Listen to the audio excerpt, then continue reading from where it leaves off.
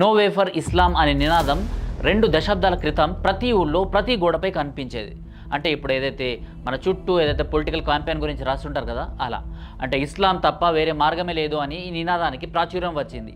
Islamic student union కార్యకలాపాల వల్ల ఈ ఉపఖండంలో అంటే మన భారతదేశంలో ప్రజలకు అల్లా తప్ప మరో దిక్కు లేదనేసే ఈ నినాద సారాంశం. ఇది కేవలం నినాదప్రాయమే కాలేదు, దీన్ని నిజంగా నమ్మేవాళ్ళు ఆచరించే వాళ్ళు ఇప్పటికీ ఉన్నారు. అది అసలు సమస్య.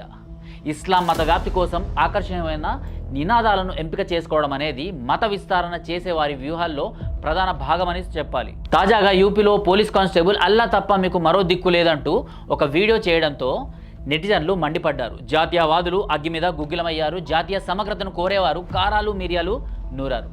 పశ్చిమ యూపీలో అత్యంత కీలకమైన నగరం ఘాజియాబాద్ పట్టణానికి సుదీర్ఘమైన చరిత్ర ఉంది. ఇస్లామిక్ దండయాత్రల నేపథ్యంలో రూపొందించిన నగరానికి చాలా ప్రత్యేకతలున్నాయి. మొఘల్ పాలన కాలంలో అనేక మంది ఊచకోతకు ఈ నగరం సాక్ష్యమని చెప్పాలి. ఈ నగరంలో ప్రతి ఏటా ఏదో ఒక ప్లేస్లో రెచ్చగొట్టే చర్య జరగడం సర్వసాధారణమైపోయింది. యోగిజీ అంటే మన యోగి ఆదిత్యనాథ్ అధికార పగ్గాలు చేపట్టిన తర్వాత కొన్ని నగరాల్లో తిష్టవేసిన అల్లరి మూకలు సంఘ వ్యతిరేక శక్తులను అణచివేసేందుకు ప్రత్యేక బలగాలను పురమాయించారు.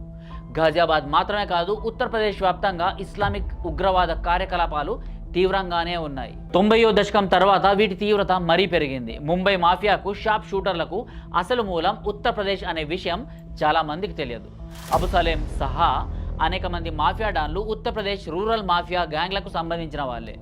దీంతో మహారాష్ట్ర పోలీసులకు యూపీ మాఫియా తలనొప్పిగా మారింది.